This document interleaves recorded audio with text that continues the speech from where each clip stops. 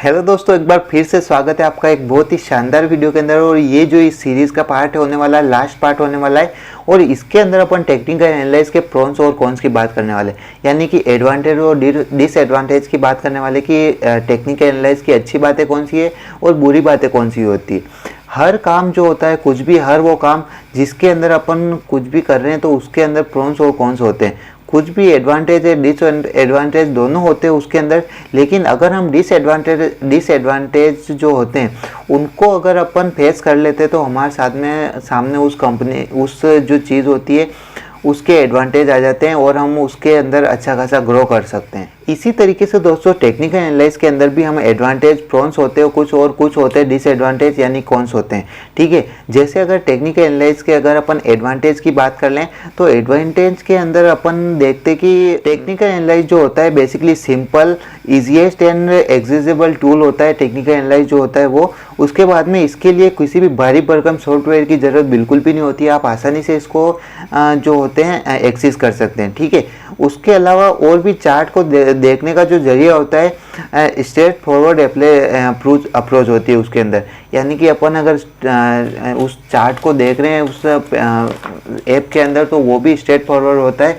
इसके अंदर कोई भी ज़्यादा टेक्निकल चीज़ें नहीं होती है और अपन आसानी से चार्ट को रीड कर सकते हैं, जिसमें आप किसी भी स्टॉक की प्राइस को आसानी से एक एनालाइज कर पाते हैं और ये अंदाज़ा लगा सकते हैं कि प्राइस ऊपर जाएगी या फिर नीचे जाएगी। जैसे कि अगर अब मैं एग्जांपल दूँ आपको, तो किसी भी चार्ट के ऊपर अपन ट्रेंड लाइन को ड्रॉ करके सपोर्ट और रेजिस्टेंस लाइन का पता लगा सकते हैं।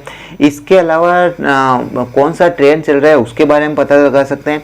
ट्रेंड रिवर्सल कब होने वाला है उसके लक्षण हमें पहले से ही पता चल जाते हैं कि ट्रेंड रिवर्सल अब होने वाला है, हमें अब एग्जिट कर लेना चाहिए। एंट्री पॉइंट कहाँ पे बनाना है, हमें एग्जिट पॉइंट कहाँ पे बनाना है, सपोर्ट रेजिस्टेंस कहाँ पर बनाना है, इन सारी चीज़ों के बारे में किसी शेयर में एंट्री या एग्जिट के डिसीजन ले सकते हैं आसानी से। अपन इन सारी चीज़ों को अपन चार्ट को देख के आसानी से पता कर सकते हैं। और कब हमें स्टॉक के अंदर एंट्री करनी है और कब स्टॉक से बाहर निकलना है वो बहुत अच्छी तरीके से अपन समझ सकते हैं। तो चार्ट ये रिसर्च करने में बहुत अच्छी तरीके से मदद करता है। तो ये हमारे एक प्रोन्स बातें हो गई कि हमें इतनी अच्छी तरीके से सुविधा मिल रही है कि हम इतनी आसानी से ट्रेडिंग कर पाएँ। और इसके अलावा आप पहले से ही पता कर सकते हैं कि हमें रिस्क और रिवार्ड रेशियो क्या रखना है। सपोज करते हैं आप 1:3 का रिस्क रिवार्ड रेशियो रख रहे हैं, 100 रुपये की प्राइस पे किसी को खरीद रहे हैं और 1:3 का रख रहे हैं, मतलब 90 रुपये की प्राइस पे 190 पे उसको बेचेंगे और 30 रुपये कम यानी कि 70 रुपये पे आप उसको सेल कर देंगे, मतलब स्टॉप लॉस लगाएगा आपकी, मतलब अगर ट्रिगर हो गया तो 1:3 का आप स्टॉप लॉस लगा के चल रहे हो। तो उस कंडीशन के अंदर आप सोचें, आपको पहले ही पता चल गया कि मुझे इतना मैक्सिमम लॉस हो सकता है और इतना मैक्सिमम प्रॉफिट हो सकता है। तो उस कंडीशन के अंदर जो आपकी साइकोलॉजी होगी वो बहुत अच्छी तरीके से काम करेगी और आप एक बेटर डिसीजन ले पाएंगे कि आपको अब स्टॉक के अंदर कब एग्जिट करना है और कब एंट्री करनी है। सेम इसके जैसे अपन ने इसके प्रोन्स की बातें कर ली, अच्छी बातें तो अपन ने कर ली, लेकिन इसके कुछ डिसएडवांटेज भी है, उनकी बातें और मैं कर लेता हूँ। अगर आपको याद हो तो हमने पिछले फंडामेंटल का जब एनालाइज किया था तो उस वीडियो के अंदर अपन ने एक कार का एग्जांपल लिया था जिसमें अपन को सिर्फ 10-15 किलोमीटर दूर ही जाना था, यानी कि 5 मिनट का रास्ता ही तय करना था। तो उस कंडीशन के अंदर अपन ने उस कार की कुछ भी कंडीशन नहीं देखी थी, उसका इंटीरियर कैसा है, एक्सटीरियर कैसा है, कार की चलने की कंडीशन कैसी, कुछ भी नहीं देखा, नई सर्विस करवाई थी, सिंपल अपन उसको लेकर के चले गए मार्केट के अंदर और चीज़ें लेके आ गए।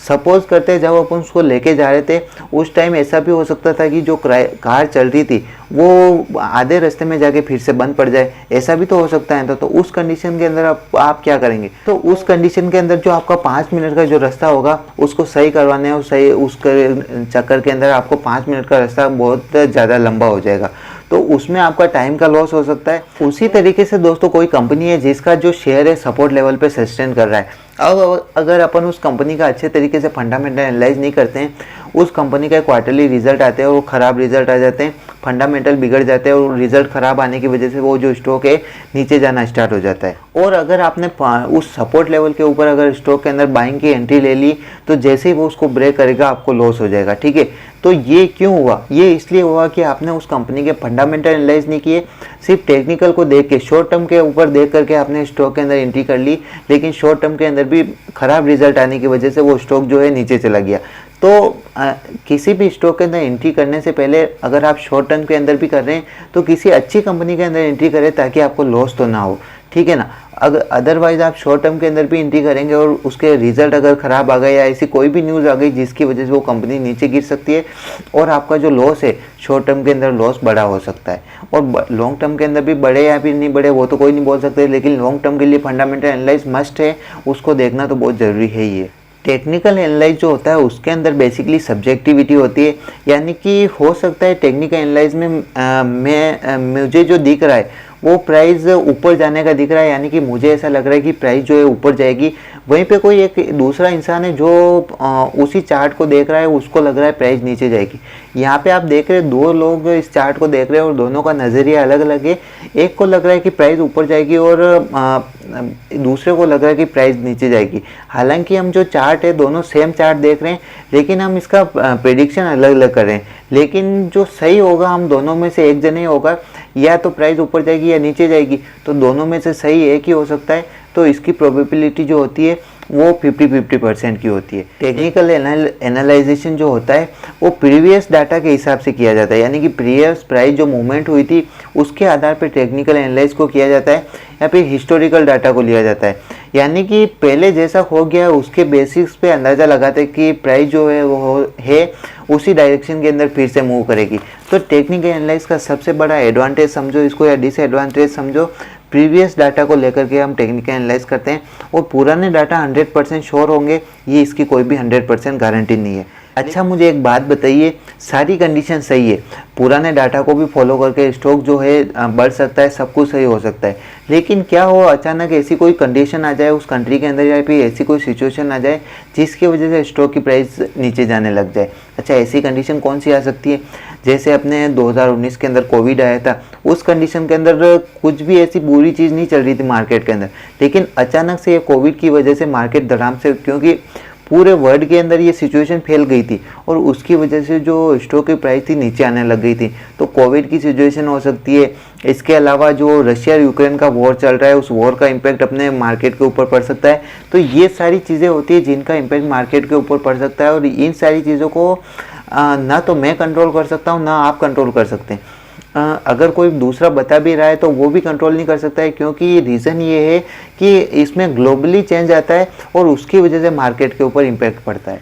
अच्छा टेक्निकल एनालाइज जो होता है उसके अंदर अपन ने समझा कि शॉर्ट टर्म की जो मूवमेंट होती है उसको अपन कैप्चर करते हैं, लेकिन इस बीच के अंदर आप एक लॉन्ग टर्म की जो मूवमेंट होती है उसको मिस कर सकते हैं। अगर आपने शॉर्ट टर्म के अंदर किसी स्टॉक के अंदर एंट्री की और उसको बेच दिया थोड़े टाइम के बाद में और फिर भी वो ऊपर जा सकता है, इसकी प्रोबेबिलिटी है। जैसा कि कोविड के टाइम पे हुआ था, कोविड के टाइम पे जो स्टॉक थे कौड़ियों के भाव में सस्ते मिल रहे थे। अब जो टेक्निकल एनालाइज करने वाले थे उन्होंने तो छोटे टाइम पे स्टॉक को बाई किया फिर सेल किया, थोड़ा सा करेक्शन दिखा फिर से बाई सेल किया, इस तरीके से चल रहे थे। लेकिन कोई एक इंसान भी होगा जिसने शॉर्ट टर्म के अंदर बहुत जब वो लॉन्ग टर्म के अंदर इन्वेस्ट किया होगा और जब कोविड लगा होगा उस टाइम पे जब फिर से रिकवर होना स्टार्ट हुआ मार्केट तब उसने एंट्री कर ली होगी और आज तक अगर उसने एंट्री कर रखी होगी तो उसको जो शॉर्ट टर्म ट्रेडिंग कर रहा है उसकी तुलना में बहुत शानदार प्रॉफिट हो रहा होगा। और इसका अपन अंदाज़ा लगा ही सकते हैं कि कोविड के टाइम पे जो स्टॉक थे आज उनकी प्राइस कहाँ चल रही है। आज वो पैसा उनका 10 गुना 15 गुना तक हो गया है। तो इस चीज़ का आपको ध्यान में रखना है कि शॉर्ट टर्म के साथ साथ में अगर आप करते हैं शॉर्ट टर्म तो उसके अलावा एक चीज़ और ध्यान रखें कि ओवरऑल मार्केट की कंडीशन कैसी चल रही है, ग्लोबली कैसा चल रहा है, उस चीज़ को देखना ज़रूरी है। ग्लोबली अगर मार्केट कुछ रिसेशन की वजह से गिर गया है तो अब प्रोबेबिलिटी है कि मार्केट अब ऊपर बढ़ेगा, तो उसकी वजह से आपको ओवरऑल देख के चलना है और तभी स्टॉक के अंदर एंट्री करनी है। शॉर्ट टर्म कर रहे हैं तो आपको लॉन्ग टर्म का बन जाना है और लॉन्ग टर्म कर रहे हैं तो कभी शॉर्ट टर्म की ज़रूरत पड़े तो शॉर्ट टर्म का बन जाना है। तो दोस्तों टेक्निकल एनालाइज के बड़े फायदे भी हो सकते हैं और बड़े नुकसान भी हो सकते हैं, तो आपको दोनों अप्रोच लेके चलनी है मार्केट के अंदर और तभी स्टॉक के अंदर एंट्री करनी है जब आपको एक अच्छा मूव दिखे। आशा करता हूँ दोस्तों ये सीरीज़ आपको समझ में आ गई होगी और वीडियो बहुत ही अच्छा लगा होगा और इसके बारे में आपका कुछ भी डाउट नहीं रहा होगा। अगली जो सीरीज़ होने वाली उसके अंदर अपन चार्ट्स के बारे में बात करेंगे और टाइम फ्रेम के बारे में बात करेंगे। तो अगली सीरीज़ बहुत इंपॉर्टेंट होने वाली तो उसको देखना मिस मत कीजिएगा। इससे पहले की सीरीज़ अगर आपने नहीं देखी तो उनको जाके देख लीजिए। हम मिलते हैं दोस्तों अगले वीडियो के अंदर और अगली सीरीज़ में, तब तक के लिए जय श्री राम।